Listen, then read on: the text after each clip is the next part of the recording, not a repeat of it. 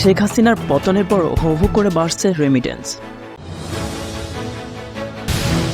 Malaysia থেকে মাত্র ৬ দিনে রেমিটেন্স এসেছে ১৩০ মিলিয়ন মার্কিন ডলার।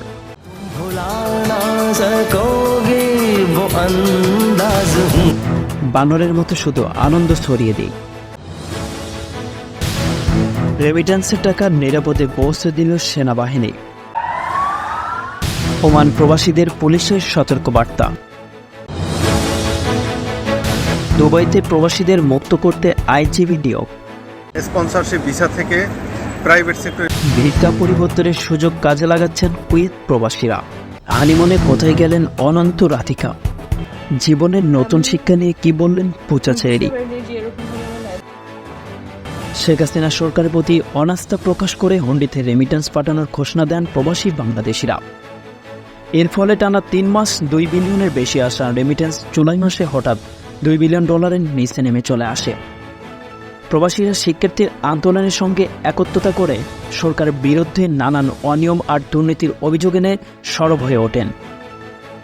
এর প্রভাব পড়ে রেমিটেন্সে। তবে শেখ হাসিনা সরকারের পতনের সঙ্গে সঙ্গেই বৈধ পথে রেমিটেন্স আসার পরিমাণ হু হু করে বাড়ছে। চলতি আগস্টের প্রথম দিকে রেমিটেন্স আসা থমকে গেলেও পরে তা বেড়েছে বহুগুণে। বাংলাদেশ ব্যাংকের হালনাগাদ তথ্য বলেছে, আগস্টের প্রথম 10 দিনে দেশে বৈধ পথে 48,27,70,000 রেমিটেন্স এসেছে। এর মধ্যে শুধু 4 থেকে 10 আগস্ট পর্যন্ত এসেছে 38,71,20,000। তথ্য বলছে, আগস্টের প্রথম 3 দিন দেশে রেমিটেন্স এসেছে 9,56,50,000। আর 4 আগস্ট থেকে 10 আগস্ট পর্যন্ত প্রবাসী 38,71,20,000 রেমিটেন্স পাঠিয়েছেন। অর্থাৎ এ সময় আগের 3 দিনের চেয়েও 4 গুণ রেমিটেন্স পাঠিয়েছেন তারা। চলতি মাসের প্রথম 10 দিনে রাষ্ট্র মালিকানাধীন ব্যাংকগুলোর মাধ্যমে এসেছে $4,47,30,000। বিশেষায়িত 2 ব্যাংকের মধ্যে একটির কৃষি ব্যাংকের মাধ্যমে $1,60,10,000 এসেছে। বেসরকারি ব্যাংকগুলোর মাধ্যমে $42,08,80,000 এবং বিদেশি ব্যাংকগুলোর মাধ্যমে এসেছে $11,50,000 রেমিটেন্স। বৈধ পথে আরও রেমিটেন্স পাঠানোর দৃঢ় প্রত্যয় ব্যক্ত করেছে মালয়েশিয়ান প্রবাসীরা। নতুন সরকারের অধীনে দেশের অর্থনীতি শক্তিশালীকরণের লক্ষ্যে এমন ঘোষণা দিয়েছেন তারা। কুয়ালালামপুরের সিটি ব্যাংকের সিবিএল মানি ট্রান্সফার থেকে বাংলাদেশ টাকা পাঠিয়ে মানি রিসিটের ছবিসহ এক বাংলাদেশি তার ফেসবুক পোস্টে লিখেছেন, পাঠাও রেমিটেন্স, বাঁচাও দেশ, প্রবাসীরাই গড়বে বাংলাদেশ। এদিকে মালয়েশিয়ার বিভিন্ন এক্সচেঞ্জ হাউসগুলোর তথ্য মতে 6 আগস্ট থেকে 12 আগস্ট পর্যন্ত মালয়েশিয়া থেকে বৈধ পথে ব্যাংকিং চ্যানেলের মাধ্যমে প্রবাসীরা দেশে প্রেরণ করেছে প্রায় 125 থেকে 130 মিলিয়ন মার্কিন ডলার, যা বাংলাদেশি টাকায় প্রায় 15,700 মিলিয়ন টাকা। বৈষম্য বিরোধী ছাত্র আন্দোলনের শুরু থেকে আন্দোলনের প্রতি সংহতি প্রকাশ করে রেমিটেন্স পাঠানো বন্ধ রাখে মালয়েশিয়ান প্রবাসীরা, যা ছিল আন্দোলনের অর্থনৈতিক অব্যর্থ অস্ত্র। বৈধ পথে ব্যাংকিং চ্যানেলে টাকা পাঠিয়ে এক প্রবাসী ডক্টর মোহাম্মদ ইউনূসের প্রশাসনের প্রতি আহ্বান জানিয়ে বলেন, আইনের সুশাসন, প্রবাসীদের হয়রানি বন্ধ, অভিবাসন ব্যয় কমানো ও প্রবাসের ন্যায্য অধিকার প্রতিষ্ঠায় ডক্টর মোহাম্মদ ইউনূসের প্রশাসনের প্রতি আহ্বান জানাই। বিগত দিনের নানান লাঞ্ছনা বঞ্চনার শিকার হওয়া প্রবাসীরা বলেছেন, এয়ারপোর্টে অনেক ধরনের ভোগান্তিতে পড়তে হয় আমাদের। সেই ভোগান্তিগুলো অতিলম্বে যেন সমাধান হয়। দেশে যা ক্ষয়ক্ষতি হয়েছে রেমিটেন্স পাঠিয়ে তা ফিরিয়ে আনবে বলে দৃঢ়তার সঙ্গে বলেন অর্থনৈতিক এই যোদ্ধারা। প্রথম ভারতীয় হিসেবে লোকানো ফিল্ম ফেস্টিভ্যালে পিয়াজা ফ্রান্দে বিভাগে পুরস্কার জিতেছেন বলিউড বাদশা খ্যাত মেগাস্টার শাহরুখ খান। ভারতীয় সংবাদ মাধ্যম টাইমস অফ ইন্ডিয়ার একটি প্রতিবেদন থেকে জানা যায়, লাইফ টাইম অভিনয় জীবনে কৃতজ্ঞতার জন্য এবার পার্টওয়ালা কেরিয়ার হন শাহরুখ খান। শনিবার 10 আগস্ট সুইজারল্যান্ডে এই পুরস্কার জেতার পর থেকেই নতুন করে আলোচনায় ভারতীয় এই অভিনেতা। দেশের বাইরে প্রথম ভারতীয় হিসেবে এমন সম্মানজনক পুরস্কার পাওয়ার পর উচ্ছ্বাসিত শাহরুখ খান। সংবাদ মাধ্যমে জানিয়েছেন নিজের অভিব্যক্তি। পুরস্কার ট্রফি হাতে নিয়ে শাহরুখ বলেন, এই অভিজ্ঞতা চমৎকার, আমাকে এখানে স্বাগত জানানোর জন্য অসংখ্য ধন্যবাদ। সত্যি এই ট্রফি খুব মূল্যবান ও আমার কাছে অনেক আলাদা। তাই এই পুরস্কারের নাম আমি উচ্চারণ করতে পারবো না, কারণ এটি সত্যি খুবই কঠিন বলে মুখে একটু মৃদু হাসি দেয়। শাহরুখ খান আরও বলেন, আমি জানি সারা বিশ্বে আমার অনেক ফ্যান ফলোয়ার আছে যারা আমার উচ্ছ্বাসে উচ্ছ্বাসিত হয়, তাই সবার কাছে আনন্দ ছড়িয়ে দিতে যে কোনো কিছু আমি করে থাকি। অনেকটা বানরের মতো বলতে পারেন। এই উৎসবের বৈশ্বিক পরিচালনা চিওনা এই নাজারোকে তাই শাহরুখ খানের প্রশংসায় পঞ্চমুখ হতে দেখা যায়। সংবাদ মাধ্যম পরিচালক জিওনো বলেন, শাহরুখ জনগণের নায়ক, অথচ মাটির কাছাকাছি। আমাদের সময়ের কিংবদন্তি তিনি। প্রসঙ্গত সুইজারল্যান্ডের 7 আগস্ট শুরু হয়েছে লোকার্নো ফিল্ম ফেস্টিভ্যাল। এই উৎসবের পদ্মা নামাবে আগামী 17 আগস্ট। নোয়াখালীর কোম্পানিগঞ্জ ও চৌমনিতে সোনালী ব্যাংকের 7টি এবং ব্যাংক এশিয়ার একটি শাখায় প্রবাসীদের পাঠানো রেমিটেন্স সেনাবাহিনীর সাহায্যে নিরাপদে পৌঁছে দিয়ে প্রশংসায় ভাসছে বাংলাদেশ সেনাবাহিনী। এছাড়াও সেনাবাহিনী জেলার বিভিন্ন এলাকা থেকে অনেকগুলো অবৈধ অস্ত্র উদ্ধার করেছে।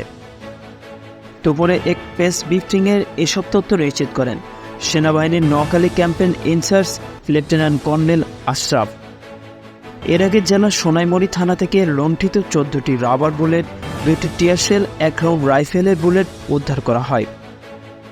চাটখিল এলাকা থেকে একটি এসএমজি, একটি শটগান, একটি টিয়ারশেল ও 34 রাউন্ড গুলি, 13 রাউন্ড রাবার বুলেট, একটি ম্যাগাজিন, 1 জোড়া হ্যান্ডকাপ। সোনাইমুড়ি এলাকা থেকে একটি দোনালা বন্দুক, একটি চায়না রাইফেল ও 7 রাউন্ড রাবার বুলেট সহ অবৈধ অস্ত্র উদ্ধার করা হয়েছে। এ সময় সেনাবাহিনীর কর্মকর্তা লেফটেন্যান্ট কর্নেল আশরাফ জানিয়েছেন, তাদের দায়িত্ব হলো জনগণের জীবন ও সম্পত্তি রক্ষা করা। তাই তারা প্রবাসীদের রেমিটেন্স নিরাপদে পৌঁছে দেওয়ার পাশাপাশি অবৈধ অস্ত্র উদ্ধারেও সক্রিয় ভূমিকা রেখেছে। তিনি আরও জানান, এই অভিযানে স্থানীয় কিছু শিক্ষার্থীরাও সেনাবাহিনীকে সাহায্য করেছে। তাদের এই দায়িত্ববোধের জন্য সেনাবাহিনী তাদের ধন্যবাদ জানিয়েছেন।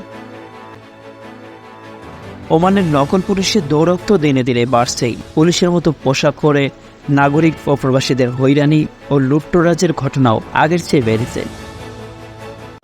গত 1 মাসে অন্তত 2 থেকে 3টি ঘটনায় এমন বেশ কয়েকজন নকল পুলিশকে গ্রেপ্তার করেছে আইন শৃঙ্খলা বাহিনী। প্রতারণামূলক এমন কাণ্ডে পুলিশও বেশ বিব্রত। যদি এমন পরিস্থিতি মোকাবেলায় ভুক্তভোগীর সতর্কতাই তাকে সুরক্ষা দিতে সক্ষম। পুলিশের পরিচয় কেউ অনৈতিক আবদার করলে সে বিষয়ে সবাইকে সচেতন থাকতে বলা হয়েছে। বিশেষ করে সিভিল পোশাকে পুলিশ পরিচয়ে কেউ ঘরে প্রবেশ করতে চাইলে প্রয়োজনে তাকে পরিচয়পত্র দেখাতে বলা, সাথে ইউনিফর্ম পরিহিত পুলিশ আছে কিনা তা নিশ্চিত হওয়া এবং নির্ধারিত গাড়ি দেখেই তাদের আইনি কাজে সহযোগিতা করতে বলা হয়েছে। সন্দেহজনক যে কোনো আচরণ দেখলে ওমান পুলিশের হটলাইন 9999 নম্বরে কল করেও প্রতিকার পাওয়া যাবে। বাংলাদেশের বৈষম্য বিরোধী আন্দোলনের সময় সংঘটিত হত্যার প্রতিবাদে দুবাইতে বিক্ষোভ করায় সংযুক্ত আরব আমিরাতে বিভিন্ন মেয়াদে 57 জন প্রবাসী বাংলাদেশিকে কারাদণ্ড দেওয়া হয়। তাদের মুক্তির জন্য আইনজীবী ওলার আফরিনকে নিয়োগ দিচ্ছেন সরকার। আজ সোমবার 12 August mission chief Mohammad Mizanur Rahman স্বাক্ষরিত এক নোটিশের মাধ্যমে এ তথ্য জানা যায়। এ বিষয়ে আইনজীবী ওলার আফরিনকে সাহায্য করবে সংযুক্ত আরব আমিরাতের দূতাবাস। তবে দণ্ডপ্রাপ্ত 57 জন প্রবাসী বাংলাদেশিদের আইনি সহায়তা দিচ্ছে ফ্লাড নামক একটি সংস্থা। ফ্লাডের আইন ও গবেষণা বিভাগের পরিচালক ব্যারিস্টার কাজী মারুফুল আলম জানান, এই শ্রমিকদের জন্য আইনি সহায়তা প্রদানের সময় আমরা জানতে পারি যে এসব শ্রমিকের কেউই ওই দেশের আইন সম্পর্কে অবগত নয়। দেশপ্রেমিক এই সকল শ্রমিককে মুক্ত করার জন্য foundation for law and development ফ্লাডের পক্ষ থেকে সংযুক্ত আরব আমিরাতের কনস্ট্যান্ট হিসেবে কর্মরত অ্যাডভোকেট জাকারিয়া আক্তারের সঙ্গে যোগাযোগ করা হয়। তিনি ফ্লাডের সঙ্গে সংযুক্ত হয়ে প্রবাসীদের মুক্ত করার বিষয়ে বাংলাদেশ দূতাবাসে যোগাযোগ করেন। এরই মধ্যে সংযুক্ত আরব আমিরাতের 2টি ল ফার্মের সঙ্গেও তার মাধ্যমে যোগাযোগ করা হয়েছে। এছাড়া ফ্লাডের পক্ষ থেকে solidarity centre, amnesty international, Geneva human rights কমিশনের কাছে সহায়তার জন্য চিঠি পাঠানো হয়েছে। এ বিষয়ে ফাউজিয়া করিম অ্যান্ড অ্যাসোসিয়েট ও ফ্লাইটকে যাবতীয় আইনি সহযোগিতা প্রদান করার নিশ্চয়তা দিয়েছে। ওইসব শ্রমিকদের মাত্র 48 ঘন্টার মধ্যে ট্রায়াল করে সাজা প্রদান করা হয়েছে এবং সেই সময় দেশের রাজনৈতিক অস্থিরতার কারণে শ্রমিকদের সহায়তার তখন বাংলাদেশ দূতাবাস কোনো ভূমিকা রাখেনি।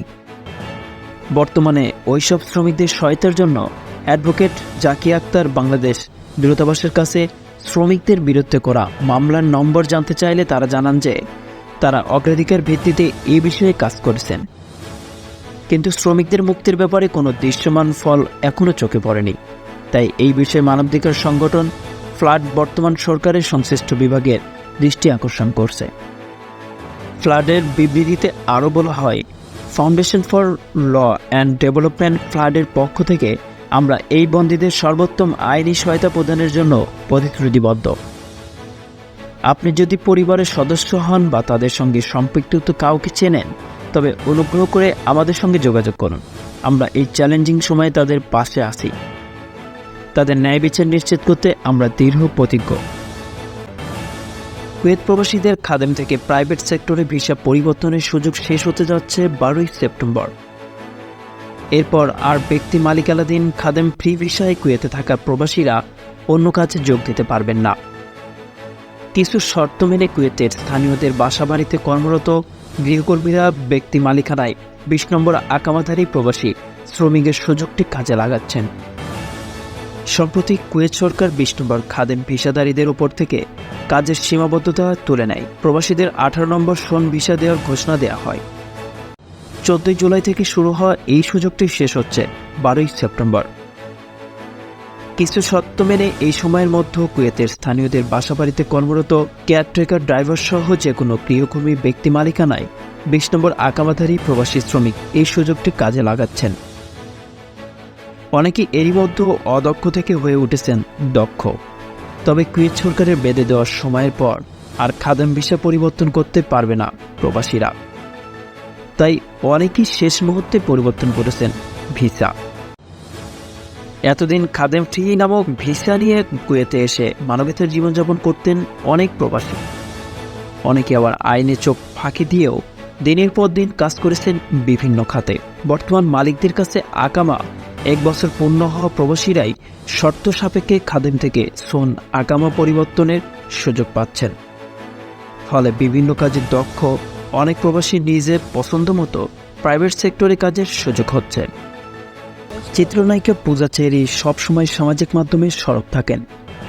চলতি বছরে মা হারানোর বেদনা পূজা চেরির এখনও ভুলতে পারেননি, তবু স্বাভাবিক জীবনে ফিরতে হয়েছে তাকে। ফেসবুকের পাতায় মনের কথা শেয়ার করলেন ভক্তদের মাঝে। কিছুদিন বিরতি নিয়ে কয়েকটি ছবি পোস্ট করেছেন পূজা চেরি। রবিবার 11 আগস্ট 4টি ছবি নিজের ফেসবুক পেজে শেয়ার করেছেন এই অভিনেত্রী। একই পোশাকে বিভিন্ন স্টাইলে ছবি শেয়ার করেন তিনি। মিষ্টি রঙের পোশাকে দারুণ লাগছিল এই অভিনেত্রীকে। ছবিগুলো শেয়ার করে তিনি লিখেছেন, জীবনের সব কিছু আপনাকে নতুন শিক্ষা দেবে, আপনার শুধু শেখার আগ্রহ থাকতে হবে। এর আগে চিত্রনায়িকা পূজা আরেকটি পোস্টে লেখেন, সাহসী হন, নিজের সত্যিকারের সত্তা প্রকাশের যথেষ্ট সাহসী হন। বিনোদন অঙ্গনে শিশুশিল্পী হিসেবেও কাজ শুরু হয় পূজা চেরি। নাচে পারদর্শী পূজার ছোটবেলার বিজ্ঞাপন চিত্র ও চলচ্চিত্র সমানতালে শিশুশিল্পী হিসেবে কাজ করছেন। 6 বছর আগে নায়িকা হিসেবে তার সিনেমা যাত্রা শুরু। প্রথম ছবি নূরজাহান এর নায়ক ছিলেন কলকাতার আদুত। এ যেন রূপকথাকেও হার মানিয়েছিল ভারতের শীর্ষ ধনকুবের মুকেশ আম্বানির ছোট ছেলে অনন্ত আম্বানি ও রাধিকা মার্চেন্টের বিয়ে। কয়েক দফায় ফি ওয়েডিং উৎসবের পর শেষ পর্যন্ত গত 12 জুলাই 7 ফাঁকে বাধা পড়েন অনন্ত রাধিকা। পাক বিবাহের আসর ও মূল বিয়ের আনুষ্ঠানিকতার পর এবার মধুচন্দ্রিমায় গেলেন এই যুগল। বর্তমানে পানামায় একান্ত সময় কাটাচ্ছেন আম্বানি পরিবারের ছোট ছেলে ও বৌমা। সেখানে থেকে তাদের হানিমুনের মিষ্টি ছবি সামাজিক মাধ্যমে ছড়িয়ে পড়েছে। পানামার একটি দোকান থেকে ঠান্ডা দই খেতে দেখা গেছে তাদের। দইয়ের বিখ্যাত দোকান পিকবেরি পানামার কর্মীদের সঙ্গে ছবিও তুলেছেন দুজনে। ছবিতে একটি ট্রাইপড টপ ও জিন্স পরতে দেখা গেছে রাধিকাকে, আর অনন্তের পরনে ট্রপিক্যাল প্রিন্ট শার্ট। এ ধরনের শার্ট প্রায়ই পরতে দেখা যায় অনন্তকে। বলা চলে এটি এখন তার সিগনেচার লুক। তাদের ছবিতে পিকবেরি পানামার অফিসিয়ালি ইনস্টাগ্রাম অ্যাকাউন্ট থেকে শেয়ার করা হয়েছে। ক্যাপশনে দেয়া হয়েছে, অনন্ত আম্বানি ও রাধিকা মার্চেন্ট এখানে আসায় আমরা সত্যি খুবই খুশি। আমাদের বেছে নেওয়ার জন্য তাদের অনেক অনেক ধন্যবাদ জানাই। পানামায় স্বাগত। মুম্বাই বিয়ের অনুষ্ঠানের পর অনন্ত রাধিকা প্রথমে চলে যান জামনগরে। সেখানে রাজকীয় অভ্যর্থনা দেওয়া হয় নবদম্পতিকে। এরপর বিবাহ পরবর্তী অনুষ্ঠানের আসর বসে লন্ডনে। তাদের দেখা গেছে প্যারিস অলিম্পিকের মাঠেও। সেখানে ফোর সিজন হোটেল জর্জ ভিতে ছিলেন আম্বানি পরিবার। এটাই ইউরোপের একমাত্র 6 তারকা হোটেল। প্যারিসের পর নবদম্পতি সময় কাটাতে চলে যান কোস্টারিকাতে। জানা গেছে সেখানে রিসোর্ট কাসালাস ওয়ালাসে অবস্থান করেন তারা। পরবর্তী সময়ে প্রতিবেশী মধ্য আমেরিকার দেশ পানামাতে হানিমুনে চলে যান অনন্ত রাধিকা। অনন্ত রাধিকার রিলায়েন্স ইন্ডাস্ট্রিজ চেয়ারম্যান মুকেশ আম্বানি ও নীতা আম্বানির ছোট ছেলে। ছোটবেলায় বন্ধু রাধিকাকে সারা জীবনের পথ চলার সঙ্গী করে নিয়েছেন। 12 জুলাই সেই জাঁকজমকপূর্ণ বিয়েতে উপস্থিত ছিলেন বিশ্ববিখ্যাত সব ধনী ব্যক্তি। হলিউড বলিউডের জনপ্রিয় নায়ক নায়িকা থেকে শুরু করে শোবিজ তারকারা, বাদ পড়েননি ক্রীড়া ও সঙ্গীত অঙ্গনের পরিচিত ব্যক্তিরাও। পাশাপাশি আমন্ত্রিত ছিলেন বিশ্বের বিশিষ্ট সব ব্যবসায়ী এবং দেশের সব রাজ্যের রাজনীতিবিদরা। শোবিজ অঙ্গনের এ পর্যন্তই। পরবর্তী আপডেট পেতে আমাদের সাথেই থাকুন। ধন্যবাদ।